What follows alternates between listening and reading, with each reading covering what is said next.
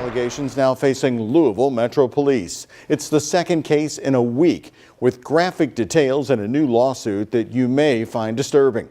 WHS 11 Team's Alex Dederer and photojournalist Addie Hill have reaction from the officer's attorney and a well-known legal expert who says this will certainly impact the ongoing negotiations with the U.S. Department of Justice. Alex? Doug, this lawsuit that was filed today in the Jefferson Circuit Court comes a week after LMPD Chief Jackie Gwynn Villaroel was placed on administrative leave for her handling of a sexual misconduct allegation within the department. The lawsuit alleges the same mishandling of sexual misconduct within the department cited in the DOJ report last March. Officer Christine Silk joined the Louisville Metro Police Department as a recruit in February of 2023. Attorney Sarah Collins filed a lawsuit on behalf of Silk Tuesday. No one prepares you for the risk and danger to come within the thin blue line. The lawsuit claims that within Silk's first week in the police academy, one of her instructors, Officer Dale Cotton Jim, began making inappropriate comments. Cotton Jim is alleged to have told Silk in front of her classmates to, quote, whore yourself out for childcare, specifically detailing that Silk should, quote, go on a date, take a guy home, sleep with him, and then she would have childcare, end quote. Silk reported these events, which led to a professional standards unit investigation. This resulted in Cotton Jim being involuntarily reassigned. But according to the lawsuit, he did not receive a suspension or reduction of pay or benefits. After Silk was sworn in as a full-time LMPD officer in September of 2023, the lawsuit claims training officer Justin Lamont made inappropriate comments and advances towards Silk. In a text message seen right here, Silk told Lamont she doesn't send sexually explicit photos.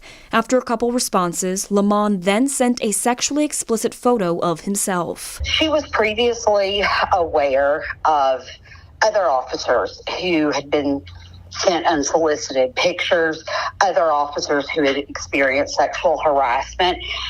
And she wanted to stand up against that at the same time.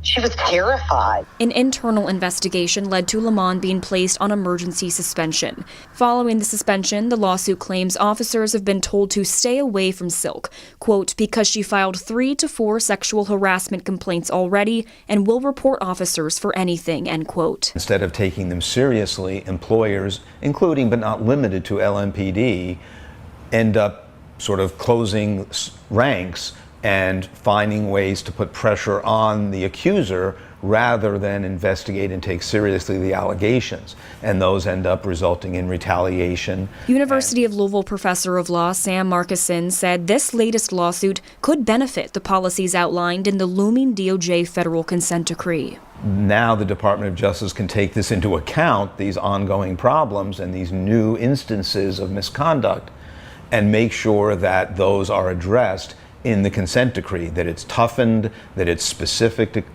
issues of sexual harassment within the department. This city needs to heal.